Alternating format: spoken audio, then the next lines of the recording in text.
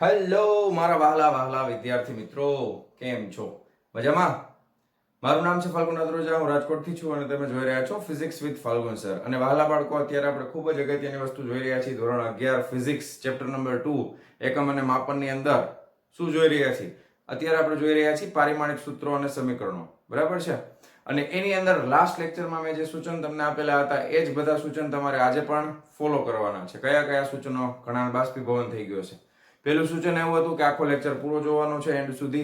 બીજું સૂચન એવું હતું કે તમારી પાસે બુક અને પેન બે હોવા જોઈએ, બરાબર? અને હું જે કંઈ પણ લખાવતું જાઉં બધું લખતું જવાનું છે. પછી તમને ક્યારેય પારિમાણિક સૂત્રોમાં કોઈ પ્રોબ્લેમ થશે નહીં, કારણ કે ખૂબ જ અગત્યનો ટોપિક છે, બરાબર? અને લાસ્ટ લેક્ચરમાં જો તમને યાદ હોય તો આપણે 12 અલગ અલગ ભૌતિક રાશિઓ વિશે જોયેલું છે. તો આજના લેક્ચરમાં શરૂ કરવાના છીએ 13મા નંબરની ભૌતિક રાશિની સાથે. તો ચાલો શરૂ કરીએ. 13મા નંબરની ભૌતિક રાશિમાં આપણે લેશું વેગમાન. શું લેવાના છીએ? તો કે વેગમાન, બરાબર છે. હવે વેગમાનને ખરેખર શું કહેવાય? તો કે મોમેન્ટમ કહેવાય. વેગમાન એટલે શું થાય? તો કે મોમેન્ટમ. પણ વેગમાન માટેની જે સંજ્ઞા આપણે યુઝ કરીએ છીએ એ સ્મોલ p છે.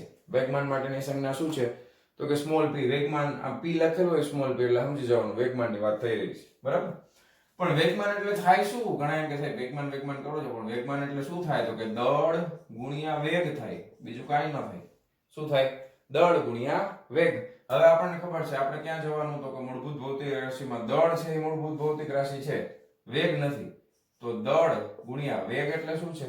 તો કે વેગ એટલે થાય છે અંતરના અથવા તો સ્થાનાંતરના છેદમાં સમય, બરાબર?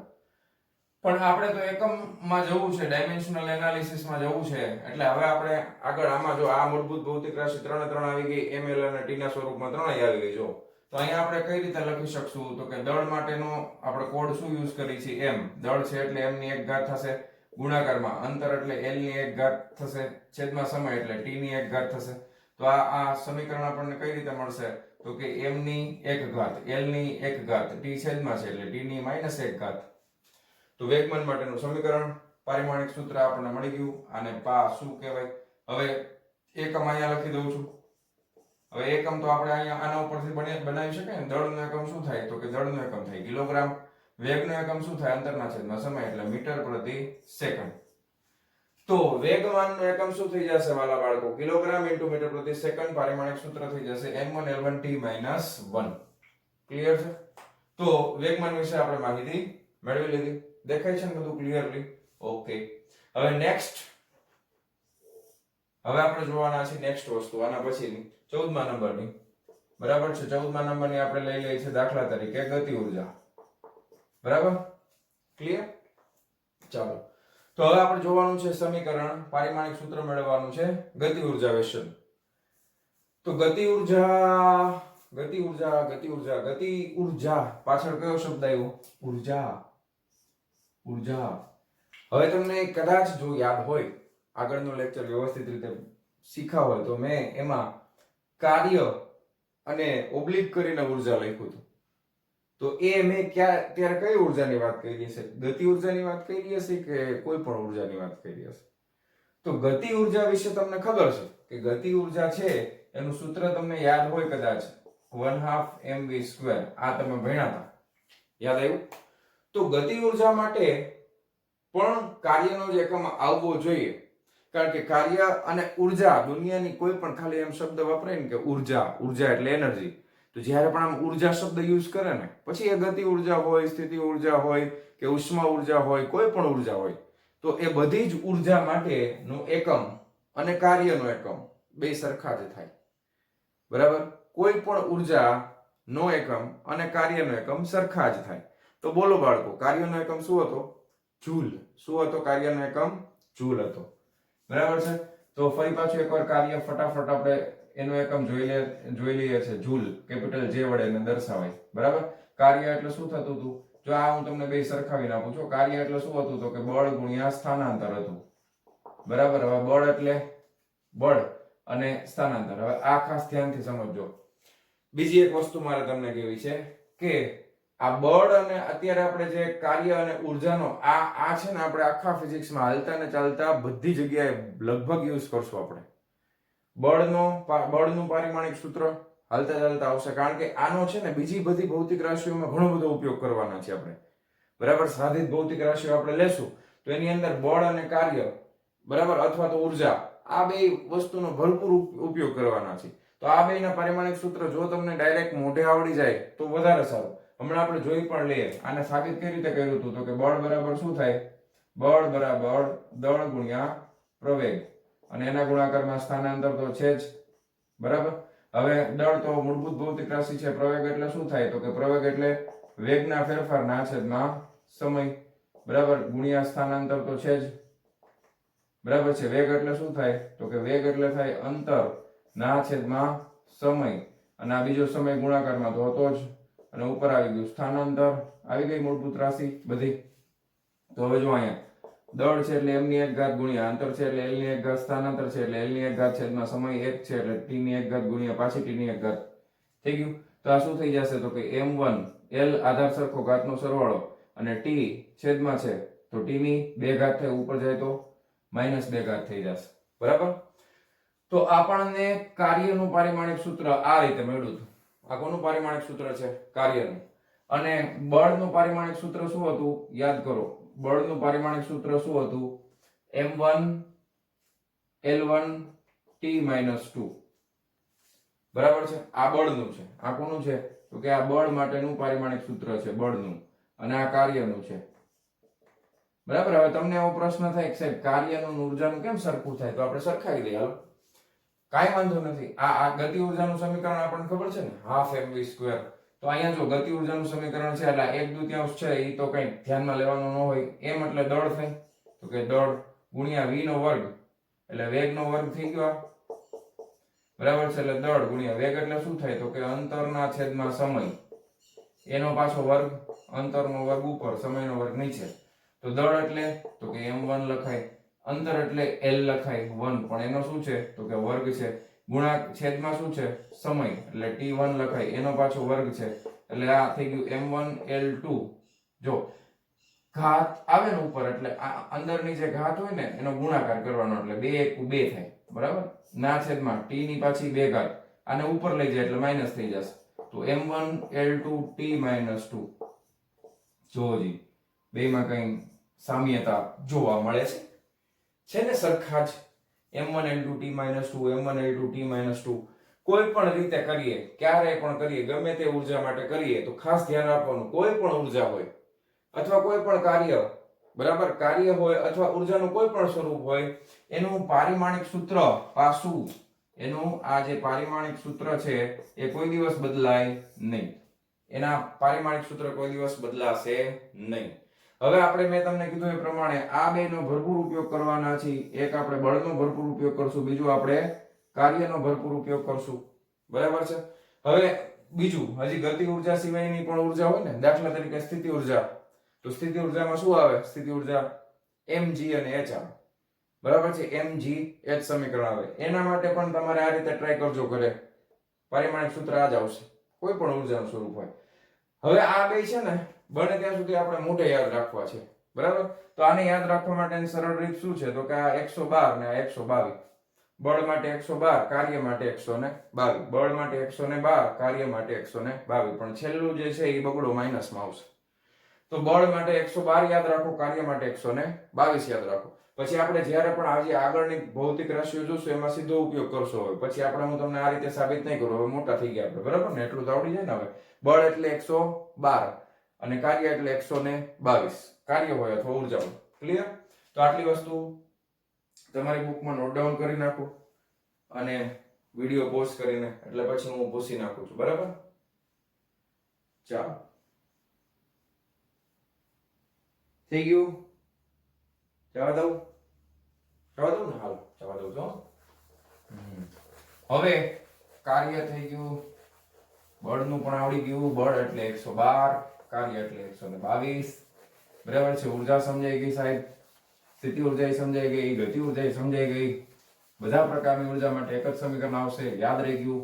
પારિમાણિક સૂત્ર યાદ રહી ગયું, કોઈ વાંધો નથી, બરાબર. પછી હવે આપણે જોવાના છે 15મા નંબરની ભૌતિક રાશિ, અને એનું નામ છે પાવર. બધા પાસે હોય ને થોડોક તો બધાય રાખતા હોય, થોડોક પાવર તો બધાયનો હોય ને, બરાબર. પણ અહીંયા આપણે ભૌતિક વિજ્ઞાનના પાવરની વાત કરી છે. કોની? ભૌતિક વિજ્ઞાનના પાવરની, આપણી તમારી નહીં. બરાબર. તો POWER પાવર. હવે પાવર એટલે શું થાય? તો કે પાવર, બરાબર, એટલે પાવર કોને કહેવાય? એ પાછું ખબર હોવી જોઈએ ને. કાર્ય ત્વરા, બરાબર, કાર્યમાં સમયની સાપેક્ષે થતું કાર્ય, તમે સમજો, એને કહેવાય પાવર. એટલે ઉપર શું આવે? તો કે એકમ સમયમાં થયેલું કાર્ય, એટલે ઉપર આવશે કાર્ય, છેદમાં આવી જશે સમય. બરાબર. એકમ સમયમાં થયેલું કાર્ય એને પાવર કહેવાય. બરાબર છે. તો પાવર એટલે આપણે એની સંજ્ઞા આપી છે p. તો કાર્યના છેદમાં સમય, પાવરની સંજ્ઞા છે p. બરાબર. p ફોર પાવર, કાર્યના છેદમાં સમય. જો કાર્યનો હમણાં આપણને યાદ રાખ્યું તો આપણે, તો હવે પાછું મારે કાર્ય માટે લખવું પડશે બધું. હમણાં જ કર્યું, યાદ છે ને? તો કાર્ય માટે આપણે શું યાદ રાખ્યું છે? 122. તો ઉપરનું 122 કરી નાખું છું. તો આ 1 બગડો અને માઈનસ બગડો. બળ માટે 112 યાદ રાખજો. છેદમાં સમય છે એટલે t ની 1 ઘાત આવશે. છેદમાં સમય છે એટલે t ની 1 ઘાત આવશે. હવે આને ઉપર લઈ જાય એટલે શું થઈ જાય? તો કે m1 l2 t ઉપર જશે એટલે -3. બરાબર. તો આ મળી ગયું આપણને પાસું પારિમાણિક સૂત્ર. કોનું મળ્યું? આ કાર્યનું પારિમાણિક સૂત્ર મળી ગયું. બરાબર. હવે આના એકમની વાત કરીએ. બરાબર. તો કે એકમ શું થાય? તો કે કાર્યના છેદમાં સમય છે. કાર્યનો એકમ શું હતો વાલા બાળકો? જૂલ. ના છેદમાં સમય છે એટલે સેકન્ડ હતું. તો જૂલ પ્રતિ સેકન્ડ શું થાય? જૂલ પ્રતિ સેકન્ડ. પણ એક મહાન વૈજ્ઞાનિક વોટ ની યાદમાં આપણે જૂલ પ્રતિ સેકન્ડને વોટ તરીકે પણ ઓળખીએ છીએ. બરાબર છે. W4WATT vote. તો 1 વોટ બરાબર 1 જૂલ પ્રતિ સેકન્ડ થાય. બરાબર. બહુ આવશે કાર્ય, અને એના પછી આ પાવરનો એકમ બહુ આવશે. 12th ની અંદર પણ ઘણી બધી જગ્યાએ આવશે. પાવર બહુ આવે છે, યુઝ થાય. બરાબર. કારણ કે વર્ક ડન એટલે કે કાર્ય ના છેદમાં સમય, અથવા તો ઉર્જાના છેદમાં સમય કહેશો તો પણ સાચું જ થશે ને. બરાબર. કારણ કે ઉર્જાનો એકમ એ જૂલ જ છે, ના છેદમાં સમય. પણ યાદ રાખવાનું છે એને વોટ કહેવાય. 1 જૂલ પર સેકન્ડ એટલે 1 વોટ થાય. કેટલું? 1 જૂલ પ્રતિ સેકન્ડ એટલે 1 વોટ થશે. ક્લિયર? તો આ પાવરનું પારિમાણિક સમીકરણ થઈ ગયું, એનો એકમ પણ આવી ગયો. ક્લિયર છે? ચાલો હવે નેક્સ્ટ આપણે જોવાના છીએ ભૌતિક રાશિ દબાણ વિશે. બરાબર છે. કોના વિશે જોવાના છીએ? દબાણ. બરાબર. આ જ્યારનું અમે સાયન્સ રાખ્યું છે ત્યારનું દબાણ વધી ગયું છે. શું વધી ગયું છે? દબાણ. બરાબર. બધાય અમારા ઉપર દબાણ વધારી રહ્યા છે. દબાણ એટલે શું થાય? તો કે પ્રેશર. વાંચો વાંચો વાંચો, ઘરે આખો દિવસ દબાણ, અમારા ઉપર માનસિક દબાણ, ત્રાસ, દબાણ. સમજાવ ને? એ દબાણ નહીં, આપણે ભૌતિક વિજ્ઞાનના દબાણની વાત કરશું. પ્રેશર કોને કહેવાય? બરાબર. દબાણ એટલે શું થાય? તો કે દબાણ એટલે શું થશે? તો કે બળ ના છેદમાં, બરાબર છે, ક્ષેત્રફળ. બળના છેદમાં ક્ષેત્રફળ લઈ લે એટલે એને કહેવામાં આવે છે દબાણ. બળના છેદમાં ક્ષેત્રફળ એટલે એ થઈ જશે દબાણ. રેડી? હવે આપણે આનું પારિમાણિક સૂત્ર જોઈએ છે. હવે બળનું તમને મોટા થઈ ગયા યાદ હોય ને. બળનું તો હવે હમણાં મેં કીધું ને, પાકું જ કરી નાખવાનું છે. બળ એટલે 112. બળ એટલે 112. તો m1 l1 t -2. રેડી? બળનું શું થઈ જશે? F બરાબર માં kg × મીટર પ્રતિ સેકન્ડ નો સ્ક્વેર. ના છેદમાં ક્ષેત્રફળ. ક્ષેત્રફળ એટલે શું થાય વાલા બાળકો? ક્ષેત્રફળ એટલે લંબાઈ ગુણ્યા લંબાઈ થાય. ક્ષેત્રફળ એટલે શું થાય? તો કે લંબાઈ ગુણ્યા લંબાઈ. અહીંયા હું લખું દળ ગુણ્યા પ્રવેગ. બરાબર. ક્ષેત્રફળ એટલે તો કે લંબાઈનો વર્ગ, એટલે લંબાઈ ગુણ્યા લંબાઈ, લંબાઈનો વર્ગ. તોય હાલે. તો એ શું થઈ જશે? લંબાઈનો વર્ગ છે એટલે l ની 2 ઘાત આવે. હવે આને ઉપર લઈ જાઓ તો શું થઈ જાય? તો કે m1 l આ 2 ઉપર જશે હો, એટલે 1 - 2 થશે. એક પદ ભલે વધારે લખવું પડે. બરાબર છે. હા, આ રીતે. તો આ થઈ જશે m1 l -1 થઈ જશે ને. 1 માંથી 2 જાય તો -1 વધે ને, અને t -2. તો આ થઈ ગયું દબાણનું પારિમાણિક સૂત્ર. આ શું થઈ ગયું? તો કે દબાણનું પારિમાણિક સૂત્ર. હવે વાત કરીએ એના એકમ વિશે. તો દબાણનો એકમ શું થાય વાલા બાળકો? એકમ. તો કે બળનો એકમ શું થાય? તો કે બળનો એકમ થાય ન્યૂટન. હવે ડાયરેક્ટ ખબર હોવી જોઈએ. બળનો એકમ શું થાય? ન્યૂટન થાય. ક્ષેત્રફળ એટલે લંબાઈનો વર્ગ એટલે ન્યૂટન પ્રતિ મીટર સ્ક્વેર. શું થઈ જશે એનો એકમ? ન્યૂટન પ્રતિ મીટર સ્ક્વેર. Okay, clear? આટલી વસ્તુ. ચાલો, તો આટલી વસ્તુ નોટ ડાઉન કરો. વિડીયો પોઝ કરીને લખી નાખો ફટાફટ લખી નાખજો. બરાબર. તો કે સર તમે દબાણ વધારો છો મારા ઉપર, દબાણ લખાઈ ગયું ને. ચાલો, તો આ રીતે આપણે યાદ રાખ્યું દબાણ. ચાલો, હવે આપણે બીજી રાશિઓ જોશું. કેટલા નંબરની છે? 16. હાલો, 17, 18. ઓકે, 17માં આપણે જોવાના છીએ આવર્તકાળ વિશે. 17મા નંબરની ભૌતિક રાશિ એટલે આવર્તકાળ. હવે આનું પારિમાણિક સૂત્ર કરતા વધારે અગત્યની એક બીજી વસ્તુ છે. આવર્તકાળને કહેવાય ટાઈમ પીરિયડ. બરાબર, શું કહેવાય? Time period. એટલે એને કેપિટલ ટી વડે દર્શાવવામાં આવે છે. આવર્તકાળ એટલે ટાઈમ પીરિયડ થાય અને એને કેપિટલ ટી વડે દર્શાવવામાં આવે છે. બરાબર, આવર્તકાળ. યાદ છે કઈ આવર્તકાળ વિશે? આગળ કંઈક ભણી ગયા હોય એવું કંઈક સાંભળ્યું હોય શબ્દ આવર્તકાળ, એવું કંઈ યાદ છે? નથી? કઈ વાંધો નહીં, હું છું ને. આવર્તકાળ કોને કહેવાય? બરાબર. દાખલા તરીકે જ્યારે પણ કોઈ વસ્તુ છે એ ગોળ ગોળ ફરતી હોય, કેવી રીતે ફરતી હોય? તો કે ગોળ ગોળ ફરતી હોય. અહીંયાથી શરૂ કરી અને ગોળ ફરીને અહીંયા આવી, બરાબર, પાછી આમ સર્કલ મારે છે. બરાબર. દાખલા તરીકે અમે તો સ્કૂલમાં ભણતા ત્યારે અમને તો ટીચર આમ પનિશમેન્ટ આપે એટલે શું કરતા? તો કે આખી સ્કૂલનું રાઉન્ડ મારો. એટલે જ્યાંથી દોડવાનું શરૂ કર્યું હોય, બરાબર, ત્યાંથી ફરી આખી સ્કૂલમાં ગોળ રાઉન્ડ મારી અને વળી પાછું એની જગ્યાએ આવી જવાનું. તમને શું આપે? તો કે અમને તો સાહેબ એવી પનિશમેન્ટ ન આપે. બરાબર છે. નકર પછી અમારા ઘરેથી છે ને ટીચરને ફોન જાય. બરાબર, એટલે ટીચરને પનિશમેન્ટ મળી જાય. પણ અમને ટૂંકમાં હોમવર્ક લખવા આપી દે કેવું. આપણે શું કે અહીંયાથી ફરવાનું ચાલુ કર્યું, બરાબર, અને ફરતા ફરતા ફરતા વળી પાછા અહીંયા આવ્યા. એટલે કેટલા ચક્કર પૂરા કર્યા? તો એક ચક્કર પૂરું કર્યું. તો એ એક ચક્કર પૂરું કરવા માટે જે સમય લાગે, બરાબર છે, તો એક પરિભ્રમણ થવા માટેનો જે સમય હોય એ સમયને કહેવામાં આવે છે આવર્તકાળ. શું કહેવામાં આવે છે? આવર્તકાળ. સમજાણું? કોઈ પણ વસ્તુ જ્યારે ગોળ ફરતી હશે ને, બરાબર, ત્યારે આપણે આવર્તકાળને ધ્યાનમાં લેશું. કોઈ પણ વસ્તુ જ્યારે ગોળ ફરતી હોય ત્યારે આપણે આવર્તકાળને ધ્યાનમાં લેશું. તો આનાથી પણ વધારે હવે તો તમને ખબર પડી કે આવર્તકાળ એટલે શું થાય? તો કે આવર્તકાળ આપણે શું યાદ રાખવાનું? તો કે એક પરિભ્રમણ પૂરું કરવા માટે લાગતો સમય. એક પરિભ્રમણ પૂરું કરવા માટે લાગતો સમય એને કહેવામાં આવે છે આવર્તકાળ. બરાબર છે. આવર્તકાળને હજી ડિટેલમાં સમજવું હોય તો આપણને ખબર છે કે આપણી જે પૃથ્વી છે એ સૂર્યની ફરતે ચક્કર મારે છે આ રીતે. બરાબર. અહીંયા આપણી દાખલા તરીકે આ પૃથ્વી છે અને સૂર્યની ફરતે ચક્કર મારે છે. અને બીજું, પૃથ્વી છે ને એ પોતાની ધરી ઉપર એ ગોળ ગોળ ફરે છે. બરાબર છે. પૃથ્વી છે એ પોતાની ધરી ઉપર ગોળ ગોળ ફરે છે. ક્લિયર છે આટલું? તો પોતાની ધરી ઉપર ફરે છે ગોળ ગોળ, બરાબર, તો એને આપણે કહેશું ધરી ભ્રમણ. પૃથ્વીનું ધરી ભ્રમણ. તો પૃથ્વી પોતાની ધરી ઉપર એક ચક્કર પૂરું કરે એટલે કેટલો સમય લાગે? પૃથ્વી પોતાની ધરી ઉપર, કહું છું, સૂર્યની ફરતે નથી કહેતો, પોતાની ધરી ઉપર એક ચક્કર પૂરું કરશે એટલે કેટલો સમય લાગશે? એક દિવસ પૂરો થઈ જાય આખો? કેટલી કલાક થાય? સમય કેટલો લાગે? તો કે એક પરિભ્રમણ પૂરું કરતા 24 કલાક લાગે. કેટલી? 24 કલાક. તો પૃથ્વીનો ધરીભ્રમણનો આવર્તકાળ તમને કોઈ પૂછે કે પૃથ્વીનો ધરીભ્રમણનો આવર્તકાળ કેટલો? તો કે 24 કલાક થાય. કારણ કે પૃથ્વી ચક્કર મારશે એટલે એક ચક્કર મારીને વળી પાછી પોતાની જગ્યાએ આવી જશે ત્યારે એની કેટલી કલાક પૂરી થાય આપણી? તો કે 24 કલાક પૂરી થાય. બરાબર છે? ક્લિયર આટલું? હવે બીજું, હવે પૃથ્વી છે એ સૂર્યની ફરતે પરિભ્રમણ કરે છે. આ હોય ને આને ધરીભ્રમણ કહેવાય. વળી પાછા કઈ કન્ફ્યુઝ થતા નહીં. આ જે હતું ને એ ધરીભ્રમણ હતું અને સૂર્યની ફરતે આ જે કરે છે, બરાબર, એને પરિભ્રમણ કહેવાય. શું કહેવાય? પરિભ્રમણ અથવા પ્રદક્ષિણા. આપણે નથી કહેતું આની ફરતે પ્રદક્ષિણા કરે છે, સૂર્યની ફરતે પ્રદક્ષિણા, એટલે એ ખરેખર પરિભ્રમણ થયું. બરાબર. તો પૃથ્વીનો પરિભ્રમણ સૂર્યની ફરતે પૂછવામાં આવે તો એનો આવર્તકાળ કેટલો? તો કે પૃથ્વી આમ એક આખું ચક્કર મારી અને પૂરું કરે તો કેટલો સમય લાગે? કેટલો સમય લાગે વાલા બાળકો?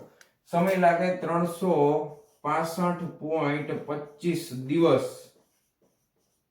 તો પૃથ્વીના પરિભ્રમણનો આવર્તકાળ કેટલો? તો પૃથ્વીના પરિભ્રમણનો આવર્તકાળ થશે 365.25 દિવસ.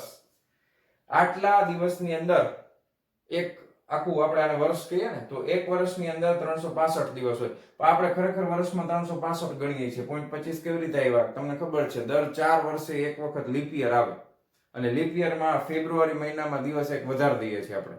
તો આ 0.25 4 વખતે એટલે એક દિવસ વધી ગયો, બરાબર. એટલે આપણે એકચ્યુઅલમાં 365, પણ ખરેખર કેટલો પરિભ્રમણનો સમય છે? 365.25. તો આ જે છે ને એ પૃથ્વીના પરિભ્રમણનો આવર્તકાળ કહેવાય. સમજાણું તમને? તો ખરેખર બધાયમાં આપણે એક ચક્કરની જ વાત કરી, બરાબર. પૃથ્વી ગોળ ફરતી હોય તોય એક ચક્કર પૂરું કરવા માટે, પૃથ્વી આની ફરતે આમ ફરે છે લાંબુ અંતર કાપીને તો પણ એક ચક્કર. તો એને કહેવામાં આવે છે એક પરિભ્રમણ પૂરું કરવા માટે લાગતો સમય. તો એને કહેવામાં આવે છે આવર્તકાળ. હવે આવર્તકાળ હું તમને આટલું ડિટેલમાં એટલા માટે ભણાવું છું કે આવર્તકાળ અને આના પછીની એક રાશિ, ભૌતિક રાશિ, એ આપણે ફિઝિક્સની અંદર હાલતા ને ચાલતા આપણે યુઝ કરવાના છે, પણ એના વિશે ડિટેલમાં સ્ટડી પાછળથી આવે છે, બરાબર. તો ત્યાં સુધી આપણે વેઇટ નથી કરવો, આપણને પાછું યાદ આવી જવું જોઈએ આવર્તકાળ એટલે શું. તો કે એક પરિભ્રમણ પૂરું કરવા માટે લાગતો સમય, બરાબર. પછી આવર્તકાળ શબ્દ દોલનો માટે પણ વપરાશે. દાખલા તરીકે કોઈ આ રીતે સમજો કે અહીંયા લોલક છે, બરાબર છે. તો આનું એક આ જે લોલક છે એ કઈ રીતે ગતિ કરતું હોય? તો કે આ રીતે ગતિ કરે ને, બરાબર. તો હવે માની લો કે આપણે અહીંયાથી શરૂ કરીએ છીએ, આને આપણે 0 પોઈન્ટ અથવા 1 નંબર આપી દઈએ. એની પર આ લોલકની પહેલી પોઝિશન અહીંયા છે, પછી અહીંયાથી આપણે એને મૂક્યું એટલે અહીંયા ગયું, તો બીજું અહીંયા આવ્યું, બરાબર છે. વળી પાછું અહીંયાથી ગતિ કરી અને એ વળી પાછું ફરતું ફરતું અહીંયા આવ્યું. તો જ્યારે અહીંયાથી શરૂ કરીને પાછું જ્યારે અહીંયા આવે એના માટે લાગતો સમય એને પણ આવર્તકાળ કહેવાય, બરાબર છે. એક દોલન પૂરું કરવા માટે લાગતો સમય, લોલક માટે આપણે શું કહીશું? એક દોલન પૂરું કરવા માટે લાગતો સમય. અહીંયાથી ગયું, અહીંયાથી ફરી ફરીને પાછું અહીંયા આવે, પોતાની જગ્યાએ પાછું આવી ગયું, તો એક દોલન કહેવાય, બરાબર છે. તો એક દોલન પૂરું થવા માટે લાગતો સમય એને આપણે આવર્તકાળ તરીકે ઓળખશું. અને આવર્તકાળની સંજ્ઞા શું છે? તો કે કેપિટલ ટી. આવર્તકાળની સંજ્ઞા શું છે? તો કે કેપિટલ ટી, બરાબર છે. તો એક પરિભ્રમણ પૂરું કરવા માટે લાગતો સમય, તો આવર્તકાળનો એકમ આપણે વાત કરીએ તો શું આવી જાય? એની મેળે ખબર પડી જાય તો કે સમય જ આવી જાય. અને સંજ્ઞા આપણે કેપિટલ ટી જ વાપરી છે. જો તો એમએલટી માં ટી જ છે, એમએલટી માં પણ શું છે? ટી જ છે. તો આવર્તકાળનું પારિમાણિક સૂત્ર આપણે લખવું હોય તો શું લખાય? તો કે આમાં કઈ દળ છે? તો કે ના. m0. કઈ લંબાઈ છે? તો કે ના. સમય છે? તો કે હા સમય જ છે, બીજું કઈ નથી, બરાબર. તો m0 l0 t1. તો આ હતું આવર્તકાળ માટેનું પારિમાણિક સૂત્ર. ક્લિયર? તો આટલી વસ્તુ નોટ ડાઉન કરો, ઓકે, વિડિયો પોઝ કરીને. અને હવે આપણે જોવાના છીએ આના પછીની નેક્સ્ટ અગત્યની ભૌતિક રાશિ. લખાઈ ગયું? જવા દઉં છું. હા, ચાલો. હવે 18મા નંબરમાં આપણે જોવાના છીએ નેક્સ્ટ વસ્તુ, અને એનું નામ છે આવૃત્તિ, બરાબર છે. પ્રવૃત્તિ નથી. આ શું છે? તો કે આવૃત્તિ. એને ઇંગ્લિશમાં શું કહેવાય? તો કે એને ફ્રીક્વન્સી કહેવાય. FREQUENCY, ફ્રીક્વન્સી, બરાબર છે. ફ્રીક્વન્સી, આવૃત્તિ. હવે ઇંગ્લિશ નામ યાદ ન રહે કઈ નહીં, પણ એની સંજ્ઞા જે છે, બરાબર છે, એ આપણને ખબર હોવી જોઈએ. સંજ્ઞા આવૃત્તિની છે સ્મોલ f. શું છે? આવૃત્તિની સંજ્ઞા છે સ્મોલ f. હવે આવૃત્તિ કોને કહેવાય? તો કે હમણાં જ આપણે આવર્તકાળ જોયું, હમણાં જ જોયું, બરાબર.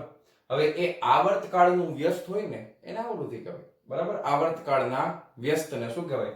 તો આવૃત્તિ કહેવાય. તો કે આવર્તકાળનું વ્યસ્ત એટલે શું? તો કે 1/છેદમાં આવર્તકાળ. થઈ ગયું ને વ્યસ્ત? લ્યો, થઈ ગયું ને વ્યસ્ત. તો 1/છેદમાં આવર્તકાળ એટલે આવર્તકાળ કેમાં આપણે માપતા હતા? કેપિટલ ટી માં, બરાબર. પણ હજી આને થોડુંક ડિટેલમાં સમજવાનો પ્રયત્ન કરીએ આવૃત્તિને. આવર્તકાળ એટલે આપણે શું જોયું?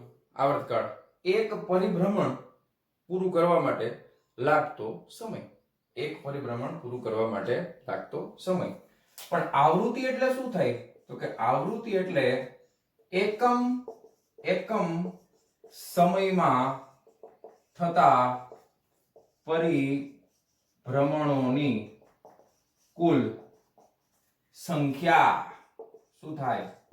એકમ સમયમાં થતા પરિભ્રમણોની કુલ સંખ્યા. અહીંયા આગળ સમય છેદમાં છે એટલે છેદમાં હોય એ હંમેશા એક થઈ જાય, એટલે એકમ સમય એટલે 1 સેકન્ડ આપણે ગણવાની મોસ્ટલી, બરાબર. લગભગ બધાયમાં એક સમય આપણે સમયનો એસઆઈ એકમ શું છે? સેકન્ડ છે. તો 1 સેકન્ડમાં થતા પરિભ્રમણોની કુલ સંખ્યા છે ને એને એ પદાર્થની શું કહેવાય? જે કંઈ પણ હોય એની આવૃત્તિ કહેવાય. શું કહેવાય? આવૃત્તિ, ફ્રીક્વન્સી કહેવાય, બરાબર. હવે આને આપણે ઉદાહરણ દ્વારા સમજીએ. દાખલા તરીકે કોઈ એક વ્યક્તિ છે, બરાબર છે, ઈ 1 સેકન્ડમાં, બરાબર છે, 1 સેકન્ડમાં 5 પરિભ્રમણ કરે છે. કેટલા? 5. તો એની આવૃત્તિ કેટલી? 1 સેકન્ડમાં કેટલા પરિભ્રમણની સંખ્યા? 5. તો એની આવૃત્તિ કેટલી થઈ જશે? 5. પછી દાખલા તરીકે એક વ્યક્તિ 1 સેકન્ડમાં 10 પરિભ્રમણ કરે છે. આવૃત્તિ કેટલી? 10. 1 સેકન્ડની અંદર 20 પરિભ્રમણ કરે છે. આવૃત્તિ કેટલી? 20. બરાબર છે. 1 સેકન્ડની અંદર 20 પરિભ્રમણ, આવૃત્તિ કેટલી? 20. બરાબર. પછી 5 સેકન્ડની અંદર 50 પરિભ્રમણ, આવૃત્તિ કેટલી? 50. 5 સેકન્ડમાં 50 પરિભ્રમણ. તો 1 સેકન્ડમાં કેટલા થાય? 10 પરિભ્રમણ થાય. ખબર પડી? ખબર પડી ને? તો આવૃત્તિ કેટલી થશે? 10 થશે, 50 નહીં હો. બરાબર. હવે આવૃત્તિના આવર્તકાળને આપણે એક દાખલા તરીકે એક સાદું ઉદાહરણ લઈ લઉં કે એક વ્યક્તિ, બરાબર છે, એક વ્યક્તિ 40 સેકન્ડમાં કુલ 5 પરિભ્રમણ પૂરા કરે છે. હવે પરિભ્રમણ કોને ફરતા કરે? ઝાડવા ફરતે, ગમે. હવે આપણે એટલું બધું લાંબુ માર તમને સમજાવવા માટે, પણ તમે સમજો કે 40 સેકન્ડમાં કેટલા પરિભ્રમણ કર્યા છે? 5 પરિભ્રમણ કર્યા છે. તમારે ગોતવાનું છે આવર્તકાળ અને આવૃત્તિ, બરાબર છે. આના માટે આવર્તકાળ અને આવૃત્તિ ગોતવાના છે. શું ગોતવાના છે? તો કે આવર્તકાળ અને આવૃત્તિ ગોતવાના છે. તો પહેલા આપણે આવર્તકાળની વાત કરીએ, બરાબર છે. આવર્તકાળ, બરાબર છે, એટલે શું થાય? બોલો જી. આવર્તકાળ એટલે શું થાય? તો કે પરિભ્રમણોની સંખ્યા. આવર્તકાળ એટલે પરિભ્રમણો કેટલા સેકન્ડમાં થાય છે? તો કે 40 સેકન્ડમાં. કેટલા? તો કે 5 પરિભ્રમણ કરે છે. તો આ આવર્તકાળ એટલે એક પરિભ્રમણ થવા માટે લાગતો સમય, બરાબર છે. તો ઉપર આવી જશે સમય અને નીચે આવી જશે સંખ્યા, બરાબર. સંખ્યા એટલે પરિભ્રમણોની સંખ્યા, બરાબર. તો સંખ્યા નીચે આવશે અહીંયા અને ઉપર સમય આવશે, એટલે 40/5. 5 × 40. તો આ 8 સેકન્ડ આવશે. શું આવશે? 8 સેકન્ડ. તો 8 સેકન્ડની અંદર એ એક પરિભ્રમણ કરે છે. ક્લિયર? હવે તમને પૂછવામાં આવે આવૃત્તિ. આ જ દાખલામાં તમને શું પૂછ્યું? તો કે આવૃત્તિ પૂછી નાખી. તો એ 1/માં શું થાય? તો કે આવર્તકાળ થાય, બરાબર. 1/માં આવર્તકાળ થાય એટલે 1/માં આવર્તકાળ તો આપણને ખબર છે 8. આ રીતે પણ કરી શકાય. અથવા તમને એ પણ ખબર હોય આવૃત્તિ એટલે શું થાય? તો કે 1 સેકન્ડમાં થતા પરિભ્રમણની સંખ્યા. તો આ રીતે તમે કરી શકો છો. અહીંયા સમય અને અહીંયા સંખ્યા, બરાબર.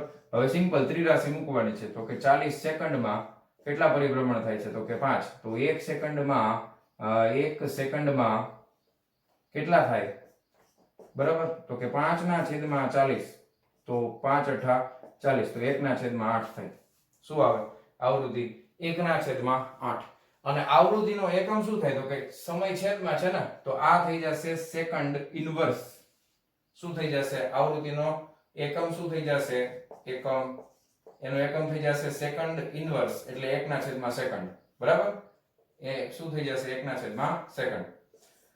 તો સમજાણું તમને આવૃત્તિ અને આવર્તકાળ. હવે કોઈ દિવસ ભૂલાશે નહીં.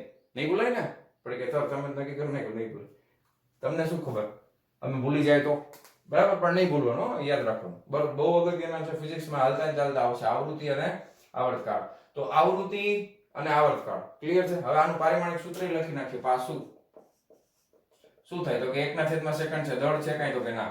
લંબાઈ છે કાંઈ? તો કે ના.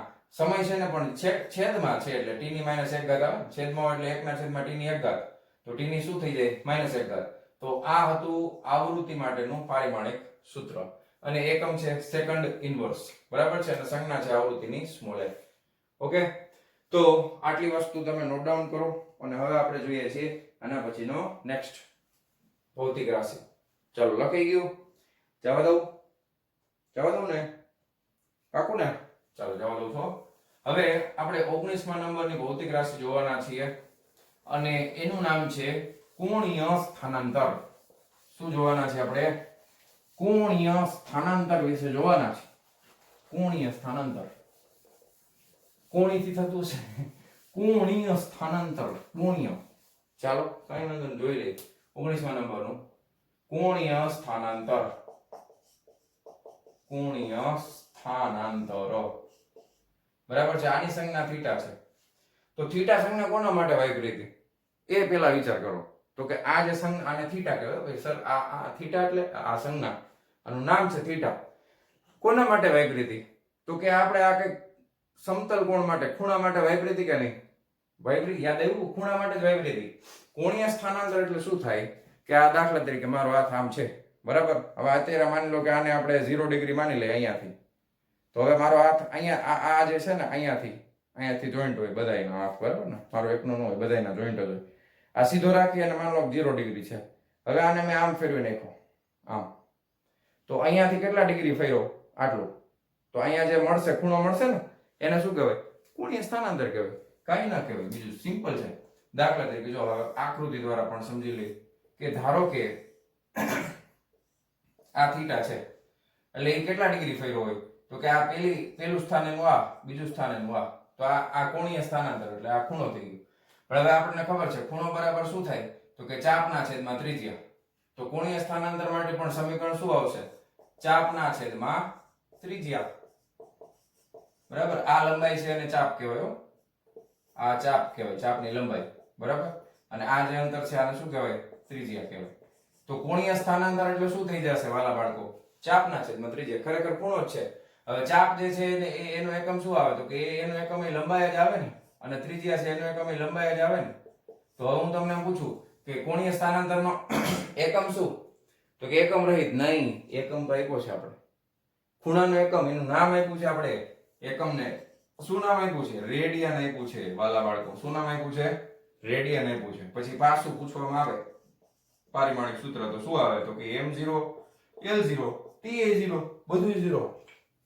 હવે ખાસ ધ્યાન આપજો, આવું જ્યાં પણ આવે ને બધું 0 0 0 0, તો આવી જે કંઈ પણ ભૌતિક રાશિ હોય ને એને કહેવામાં આવે છે પરિમાણ રહિત. કેવી? તો કે પરિમાણ રહિત ભૌતિક રાશિ. પરિમાણ રહિત ભૌતિક રાશિ. કારણ કે m0 l0 અને t0 બધું 0 0 છે એટલા માટે એને કહેવામાં આવે છે પરિમાણ રહિત ભૌતિક રાશિ. ખાસ આ ધ્યાનથી સમજજો. જ્યારે પણ mlt કામાં બધું 0 આવે ને ત્યારે એને સમજવાનું પરિમાણ રહિત ભૌતિક રાશિ, જેનું કોઈ પરિમાણ છે નહીં. બરાબર છે? કારણ કે અહીંયા જોવા જાવ તો આપણે પરિમાણ તો ઉડી ગયું, બધું લંબાઈ ને બધું ઉડી ગયું. તો પરિમાણ રહિત ભૌતિક રાશિ કહેવાય. ક્લિયર? તો આ હતું કોણીય સ્થાનાંતર. બરાબર છે? પાકું? કોઈ પ્રોબ્લેમ નથી ને? ચાલો હવે બીજી બે ભૌતિક રાશિઓ વિશે જોઈ લઈએ, જેના વિશે આપણને ઓલરેડી ખબર જ છે, પણ છતાં એકવાર જોઈ લઈએ. દાખલા તરીકે નેક્સ્ટ આપણે લઈએ છીએ વિદ્યુત પ્રવાહ. શું? વિદ્યુત પ્રવાહ. વિદ્યુત પ્રવાહને શું કહેવાય? Electric current. વિદ્યુત પ્રવાહની સંજ્ઞા શું છે? તો કે વિદ્યુત પ્રવાહની સંજ્ઞા છે કેપિટલ I. બરાબર? ઓકે. વિદ્યુત પ્રવાહ થોડુંક આપણે આના વિશે ચર્ચા કરીએ. વિદ્યુત પ્રવાહનો એકમ આ મૂળભૂત ભૌતિક રાશિ છે. યાદ આવ્યું? વિદ્યુત પ્રવાહનો એકમ જે આપણે લઈએ છીએ એ એમ્પિયર છે. બરાબર? પણ એને આપણે આ એમ્પિયર આખું યાદ ન રાખો, કેપિટલ A સંજ્ઞા વડે દર્શાવી છે. બરાબર છે? હવે બાકી તમને બધું ખબર પડે, એમ્પિયર ખબર પડી ગઈ એટલે હવે આમાં બીજું કઈ આવે? તો કે ના, બીજું કઈ ન આવે. તો પારિમાણિક સૂત્ર તમને કહું તો શું આવે? તો કે m l t k આખું લખવું પડશે. બાકી બધું 0 થઈ જશે, ખાલી વિદ્યુત પ્રવાહ છે ને એટલે a⁻1 આવે. પણ વિદ્યુત પ્રવાહ વિશે તમને થોડી ઘણી માહિતી છે તમારી પાસે, બરાબર? એટલે હું તમને થોડુંક સમજાવું છું. દાખલા તરીકે કોઈ સુવાહક તાર હોય, બરાબર? ધારો કે આ કોઈ સુવાહક તાર છે. આપણા ઘરે કેમ બધા તાંબાના તાર હોય, એ સુવાહક તારમાંથી આ તારનું કોઈ એકમ આડછેદનું ક્ષેત્રફળ લેવામાં આવે. એટલે એકમ આડછેદનું ક્ષેત્રફળ એટલે તમારે શું સમજવાનું? તો કે દાખલા તરીકે આ તારને વચ્ચેથી છે ને કાપી નાખ્યો કાતરથી, કટાક દઈ, બરાબર? અને જ્યારે આમાં વિદ્યુત પ્રવાહ વહેતો હશે, એવું માની લે કે આમાં વિદ્યુત પ્રવાહ વહે છે, તો ખરેખર શું વહેતું હોય? વિદ્યુત પ્રવાહ એટલે ખરેખર શું વહેતું? દાખલા તરીકે આમ વિદ્યુત આમ આ દિશામાં કંઈક વિદ્યુત પ્રવાહ વહે છે, બરાબર છે? તો ખરેખર છે ને આ દિશામાં આ જે ગતિ કરતા હોય ને એને નામ આપ્યું છે વિદ્યુત ભારો. શું નામ આપ્યું છે? વિદ્યુત ભારો. આ વિદ્યુત આમાં પ્રવાહ વહે છે. શું વહે છે? વિદ્યુત પ્રવાહ વહે છે એટલે I છે આમાં, બરાબર છે? પછી આમાં શું ગતિ કરે છે? તો કે વિદ્યુત ભારો ગતિ કરે છે, બરાબર? કોણ ગતિ કરે છે? વિદ્યુત ભારો. કેટલા? તો કે એકમ સમયમાં ગતિ કરે છે.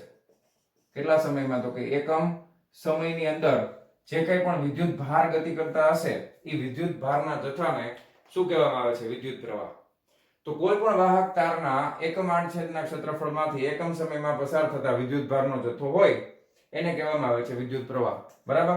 તો આ જે ક્ષેત્રફળ છે એને પણ એકમ લેવાનું છે. એકમ એટલે 1 મીટરનો વર્ગ. બરાબર. એકમ આડછેદના ક્ષેત્રફળમાંથી એકમ સમયમાં પસાર થતા વિદ્યુતભારનો જથ્થો. બરાબર. અથવા ખાલી આ ક્ષેત્રફળને અત્યારે ભૂલી જાઓ. એકમ સમયમાં કોઈ પણ આડછેદમાંથી પસાર થતા વિદ્યુતભારનો જથ્થો હોય એને વિદ્યુત પ્રવાહ કહેવામાં આવે છે. હવે આ વિદ્યુત પ્રવાહ વિશે ધોરણ 12 તમારું જ્યારે શરૂ થશે ને એનો પહેલો ભાગ જે રહ્યો ને આખો વિદ્યુત ભાર અને વિદ્યુત પ્રવાહ ઉપર જ છે. કેના ઉપર છે? વિદ્યુત ભાર. અને એ ડિટેલમાં જોવાના છીએ આપણે. બરાબર. ડિટેલમાં જોવાના છીએ. કોઈ ચિંતા કરવાની નથી. હવે હું તમને ડિટેલમાં એટલું બધું અત્યારે થોડું ઘણું નથી કહેતો, પણ એક વસ્તુ તમને થોડીક કહી દો. હાલો, તમને એમ થાય તો કે વિદ્યુત ભાર એટલે કોણ ગતિ કરતું હોય અંદર? વિદ્યુત ભાર તમને ખબર છે બે પ્રકારના છે, ધન વિદ્યુત ભાર અને ઋણ વિદ્યુત ભાર. તો જ્યારે આપણે જે દિશા પ્રવાહની દર્શાવીએ ને એ દિશામાં ધન વિદ્યુત ભાર ગતિ કરતા હોય અને એની વિરુદ્ધ દિશામાં ઋણ વિદ્યુત ભાર ગતિ કરતો હોય. બસ આટલું યાદ રાખો. અને કદાચ ન યાદ રહે તો પણ વાંધો નહીં. પણ વિદ્યુત પ્રવાહ કોને કહેવાય? વિદ્યુત ભારના છેદમાં સમય. તો હું અહીંયા લખું છું કે વિદ્યુત પ્રવાહ બરાબર વિદ્યુત ભાર ના છેદમાં સમય. હવે વિદ્યુત ભાર તમને ખબર છે ને બે પ્રકારના હોય, ધન અને ઋણ. અને વિદ્યુત ભારનો એકમ શું છે? યાદ કરો ਜੀ. વિદ્યુત ભારનો એકમ છે કુલંબ. શું એકમ છે? તો કે કુલંબ વિદ્યુત ભારનો એકમ છે. સમયનો આપણને ખબર છે સેકન્ડ. બરાબર છે. વિદ્યુત ભારનો એકમ છે કુલંબ અને સમયનો એકમ છે સેકન્ડ. તો વિદ્યુત પ્રવાહનો એકમ શું આપણે લઈએ છીએ? તો કે એમ્પિયર લઈએ છીએ. વિદ્યુત પ્રવાહનો એકમ શું લઈએ છીએ? એમ્પિયર. તો એની 1 ઘાત આવે. એના બરાબર કુલંબ લઈએ છીએ. કુલંબની સંજ્ઞા છે c. બરાબર છે. કુલંબની સંજ્ઞા, કુલંબ એટલે c વડે, પણ કુલંબ એ વિદ્યુત ભાર હોવાથી એને આપણે કેપિટલ Q સંજ્ઞા વડે દર્શાવવાના છીએ.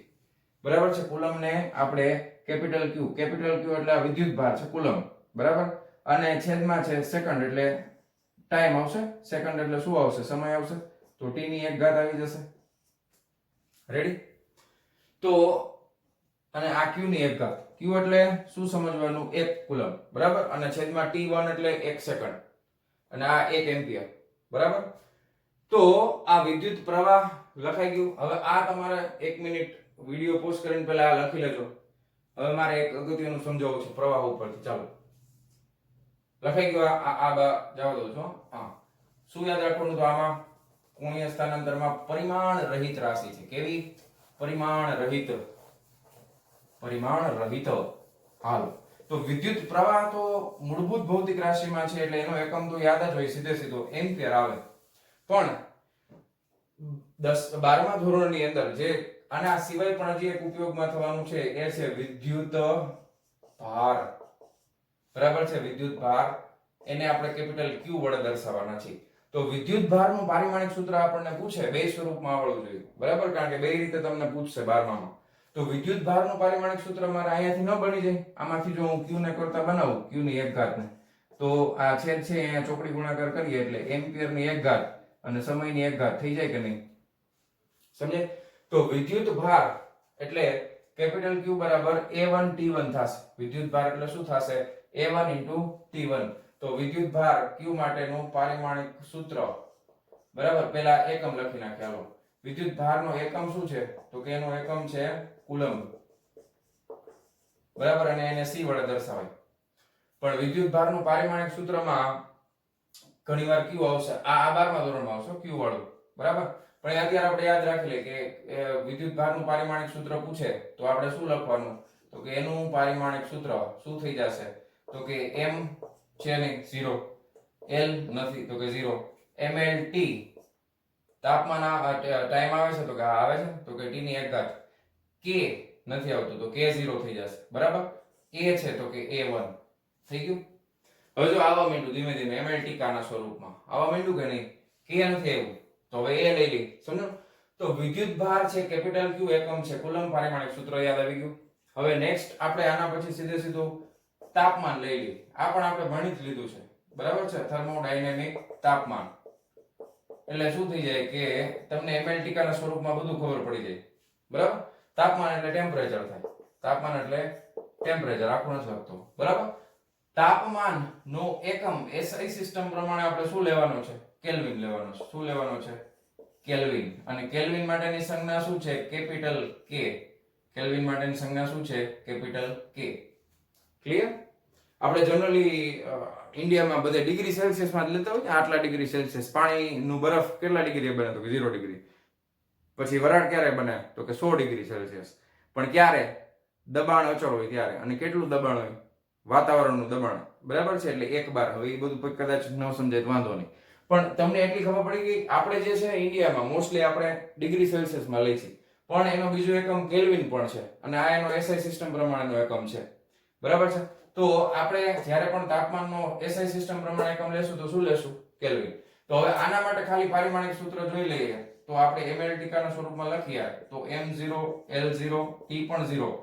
બરાબર છે? k1 અને a0 થાય. બરાબર? તો શું થઈ ગયું કે mLTK ના સ્વરૂપમાં બધાય આવી ગયા. બધાય સમીકરણો આપણને મળી ગયા. ક્લિયર છે? તો આટલી વસ્તુ નોટ ડાઉન કરો. બરાબર? અને હવે આપણે જોવાના છીએ નેક્સ્ટ ખૂબ જ અગત્યની વસ્તુ. બરાબર? ચાલો વિડિયો પોઝ કરીને લખી નાખું. લખાઈ ગયું? જવા દઉં?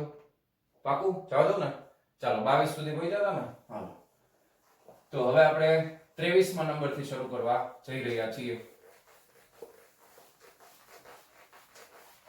બરાબર?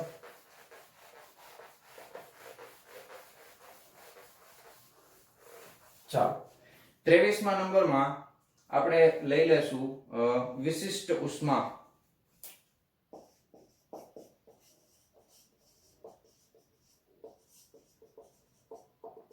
નંબરમાં આપણે લેવાના છીએ વિશિષ્ટ ઉષ્મા. હવે આ વિશિષ્ટ ઉષ્મા છે ને એ આગળ આવશે 11મા ધોરણમાં. એટલે એનું સમીકરણ કદાચ તમને અત્યારે યાદ ન હોય તો પણ વાંધો નથી, પણ આ હું એટલા માટે કરાવું છું કે હવે તમને બાકીની બધી લગભગ બધા મોટા ભાગની જે રાશિઓ છે એના સમીકરણ જો યાદ હોય તો તમે વિશિષ્ટ ઉષ્માનું પારિમાણિક સૂત્ર કઈ રીતે લઈ આવો છો ને એ આપણે શીખવું છે. તો ઉષ્મા ઉર્જાના છેદમાં દળ ગુણ્યા તાપમાન. બરાબર? ઉષ્મા ઉર્જાના છેદમાં દળ ગુણ્યા તાપમાન. આ રીતે થાય. આ આપણે ભણશું ડિટેલમાં, ચિંતા બિલકુલ નથી કરવાની. આ આપણે 11માં જ ભણવાના છે. બરાબર છે? પણ અત્યારે બિલકુલ તમારે કોઈ જાતની ચિંતા કરવાની નથી. પાર્ટ 2 ની અંદર આવશે બીજા ભાગમાં. તો ઉષ્મા ઉર્જાના છેદમાં દળ ગુણ્યા તાપમાન. હવે આપણે આનું પારિમાણિક સૂત્ર બનાવવું છે વિશિષ્ટ ઉષ્માનું. તો પારિમાણિક સૂત્ર બનાવવું હોય તો આ જો કયું સ્વરૂપ છે? ઉષ્મા ઉર્જા. પાછળ જ્યારે પણ ઉર્જા શબ્દ આવે કોઈ પણ હોય, સ્થિતિ ઉર્જા, ગતિ ઉર્જા ગમે હોય, તો પારિમાણિક સૂત્ર સીધું યાદ હોવું જોઈએ. 122. ઉષ્મા ઉર્જાનું કેટલું યાદ આવી ગયું ને? આપણે બે ગોખ્યા હતા, એક બળનું અને એક ઉષ્મા ઉર્જાનું. તો ઉર્જા એટલે ઉષ્મા નહીં પણ ઉર્જાનું શું છે? 122. તો આનું આપણે સીધું લખી નાખીએ m1 l2 t. આ પાછળનો છેલ્લો છે એ માઈનસમાં. ના છેદમાં દળ એટલે m1 થઈ જાય. ના છેદમાં તાપમાન mLTK એટલે આ k ની 1 ઘાત થઈ જાય. બરાબર? તો આને ઉપર લઈ જઈએ તો શું થઈ જશે પારિમાણિક સૂત્ર? તો કે m1 ના, જો m1 કેન્સલ થઈ ગયો, m1 ઉડી ગયું ને ઉપરથી, તો આ m0 થઈ જશે. ઉપર નીચે થોડી ગયું કારણ કે માઈનસ ઉપર જાય એટલે -1 -1 0 થઈ ગયું. તો m0 l2 t -2 k ઉપર જશે તો -1. બરાબર? તો આ છે વિશિષ્ટ ઉષ્માનું પારિમાણિક સૂત્ર. બરાબર? આ છે વિશિષ્ટ ઉષ્માનું પારિમાણિક સૂત્ર. ક્લિયર? તો આપણે પારિમાણિક સૂત્ર કઈ રીતે બનાવવું ને એ જ આપણે ખાસ જોવાનું હતું. બરાબર? પારિમાણિક સૂત્ર કઈ રીતે બનાવવું ને એ જ આપણે. અને બીજું તમને છે ને એકમય આવડી જવા જોઈએ. હવે તમે દાખલા તરીકે આનો એકમ પૂછે તો ઉર્જાનો એકમ શું થાય? બોલો. ઉર્જાનો એકમ થાય જૂલ. વૈજ્ઞાનિક જૂલની યાદમાં લીધું હતું ઉર્જાનો એકમ. ના છેદમાં એટલે ભાગાકારમાં દળનો એકમ શું થાય? બોલો. કિલોગ્રામ. તાપમાનનો એકમ શું થાય? તો કે કેલ્વિન થાય. બરાબર છે? એને કેપિટલ કે વડે લખાય. તો આને આમે લખી શકાય joule kilogram inverse kelvin inverse. બરાબર છે? એટલે k ની -1 ઘાત થઈ. જૂલ પ્રતિ કિલોગ્રામ કેલ્વિન અથવા joule kilogram inverse kelvin inverse. આ રીતે પણ એને બોલે. ક્લિયર છે? તો હવે એક લાસ્ટ જોઈ લઈએ આજના લેક્ચરમાં. આ લખી નાખો પહેલા. લખાઈ ગયું? તો 24મા નંબરનો આવશે ને હવે. હાલો. ક્લિયર? છેલ્લું પછી ડિસ્ટર્બ નથી કરવાનું. પછી થોડું ફ્રેશ થઈ જાજો લેક્ચર જોઈને. બરાબર? મ્યુઝિક સાંભળી લેજો. નાસ્તા પાણી કરવો હોય તો કરી લેજો, બરાબર, બીજા કોઈને હેરાન ન કરતા. બાકી હાલો છેલ્લું આજના લેક્ચરનું છેલ્લું આપણે જોવાના છીએ અને એ છે ઉષ્મા વાહકતા. ઉષ્મા વાહકતા આ પણ આપણે ડિટેલમાં જોવાના છીએ, પણ એના વિશે પણ તમારે અત્યારે ચિંતા કરવાની જરૂર નથી. ઉષ્મા વાહકતા આપણે આખું ડિટેલમાં જોવાના છીએ. તો એ થશે ઉષ્મા ઉર્જા ગુણ્યા જાડાઈ, ઉષ્મા ઉર્જા ગુણ્યા જાડાઈ ના છેદમાં ક્ષેત્રફળ ગુણ્યા તાપમાન ગુણ્યા સમય ના છેદમાં ક્ષેત્રફળ ગુણ્યા તાપમાન ગુણ્યા સમય. યાદ ન રહે તો બિલકુલ ચિંતા નહીં કરતા, જોવાના છે આપણે. ઓકે, હવે તમારે ખાસ તો આ છે ને, તમે વિડિયો પોઝ કરીને જાતે બનાવવાની પહેલા ટ્રાય કરો, બરાબર. આનું પારિમાણિક સૂત્ર છે ને, તમે જાતે બનાવવાની ટ્રાય કરો, બને છે કે નહીં. પછી હું તો બનાવું જ છું અત્યારે, તો કરી નાખો પોઝ. ચલો, આપકા સમય शुरू होता है अब. કર્યું ને, કરજો. હાલો હવે વિડિયો કાઢ નાખો, શરૂ કરી દો. હાલો હવે આપણે ચાલુ કરીએ. તો કે ઉષ્મા ઉર્જા, પહેલા આપણે આમાં છે ને એકમ સમજીએ. તો ઉષ્મા ઉર્જા, ઉર્જાનો એકમ થાય જૂલ, ગુણ્યા જાડાઈ છે એટલે આ મીટરમાં આવશે, ના છેદમાં ક્ષેત્રફળ છે તો આ મીટરનો વર્ગ થઈ જાય, ગુણાકારમાં તાપમાન છે એટલે કેલ્વિન થઈ જાય, અને અહીંયા સમય છે એટલે સેકન્ડ થઈ જાય. તો એક એક મીટર ઉપર નીચેથી ઉડી જાય. તો આનો એકમ ખરેખર શું લખાય? તો કે joule metre inverse second inverse અને તાપમાનનો છેલ્લે લખવાનો kelvin inverse. Joule metre inverse second inverse kelvin inverse, તાપમાનનો છેલ્લે લખવાનો. આ એનો એકમ થઈ ગયો, બરાબર. હવે વાત કરીએ પારિમાણિક સૂત્રની. તો ઉર્જાનું તો આપણે હમણાં ઘણીવાર યાદ રાખ્યું 122. તો m1 l2 t - 2 122, છેલ્લો બગડો માઈનસ આવશે. જાડાઈ એટલે શું થાય? તો કે લંબાઈનો જે એકમ છે ને, તો l1 થઈ જાય. ના છેદમાં ક્ષેત્રફળ એટલે મીટરનો વર્ગ થાય, મીટર ગુણ્યા મીટર એટલે l ની 2 ઘાત આવે, ગુણ્યા તાપમાન, તાપમાન એટલે કેલ્વિન આવે, 1 ઘાત થાય. t એટલે સમય, સમય એની 1 ઘાત થાય, બરાબર. હવે આને જો l2 ઉપર નીચેથી આ બે ઉડી ગયા, અહીંયા હજી એક l1 છે, તો આ m1, બરાબર, આ l1 સિક્વન્સ જ રાખવાનો, બરાબર, એ નહીં ભૂલવાનું. m1 થઈ ગયું, l1 થઈ ગયું, અહીંયા -2, આ 1 ઉપર જાય એટલે માઈનસ થાય, તો t ની -3 ઘાત, m1 l1 t - 3. હવે કે જ વધ્યું તો k ની -1 ઘાત. તો આ થઈ ગયું ઉષ્મા વાહકતાનું પારિમાણિક સૂત્ર. ચેક કરી લ્યો જોઈ, આમાં કઈ તમે ભૂલ નથી કરી ને, લોચો નથી માર્યો ને. m1 l1 t - 3 k - 1. Clear છે? થઈ ગયું આ? ઓકે, તો આપણે ધોરણ 11 માટે અને ધોરણ 12 માટે, 12 માના પણ અમુક ઘણા બધા છે, 11 માના પણ અમુક, આપણે અમુક ભૌતિક રાશિઓ નથી લીધી, પણ જે આપણે દાખલા તરીકે કોણીય વસ્તુ આવે, કોણીય વેગમાન આવે, બરાબર છે, એ કોણીયમાં જેટલો કોણીય વેગ આવશે, કોણીય ઝડપ આવશે, તો એ બધી આપણે ચાક ગતિ નામના પ્રકરણમાં ડિટેલમાં શીખવાના છીએ. તો અત્યારે મને જે લાગ્યું કે તમારે આટલી વસ્તુ તો ખાસ શીખવી જોઈએ, એ વસ્તુનો આપણે લેક્ચરમાં સમાવેશ કરી દીધો છે, બરાબર છે. તો આજનો આ લેક્ચર આપણે અહીંયા પૂરો કરીએ છીએ. મળીએ છીએ નેક્સ્ટ વિડિયો લેક્ચરમાં. ત્યાં સુધી આવજો.